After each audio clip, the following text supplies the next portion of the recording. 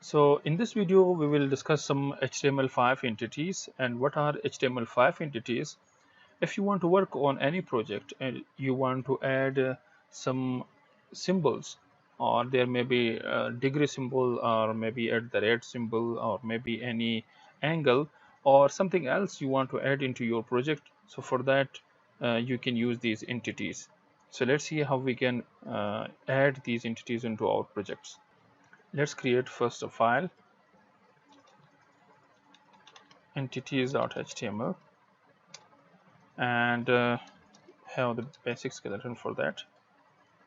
HTML5 entities, and you need to create h1 for that, or you can also use span tag that we have already discussed. For that we can later on style. So in h1 that some entities, let's visit how we can use these entities. So first you need to write HTML5 entities, and you can see these two websites. So you need to come to dev.w3.org.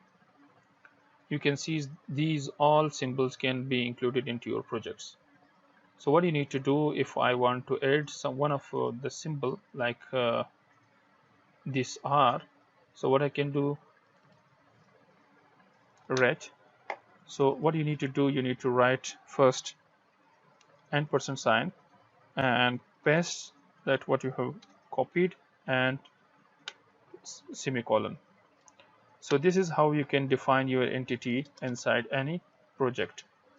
You can also use another symbol like %. So let's refresh the page and copy the path and refresh. You can see that this symbol is you can see this symbol that we have already used in our projects. So let's use this @ sign. So what you can do, that you can also use this like h2, and you do XYZ.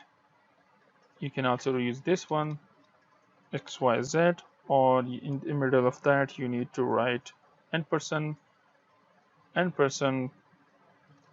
You need to give some space, %, and commit and at the gmail.com. So let's see how we can see that.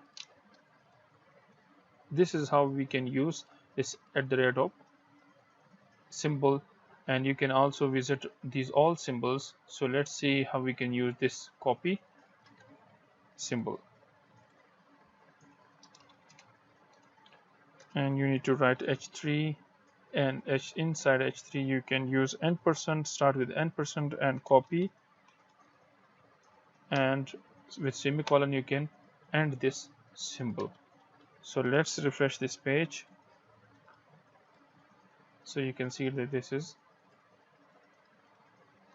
now let's refresh, let's increase the heading size, that it should be okay. So now you can see that copyright like this.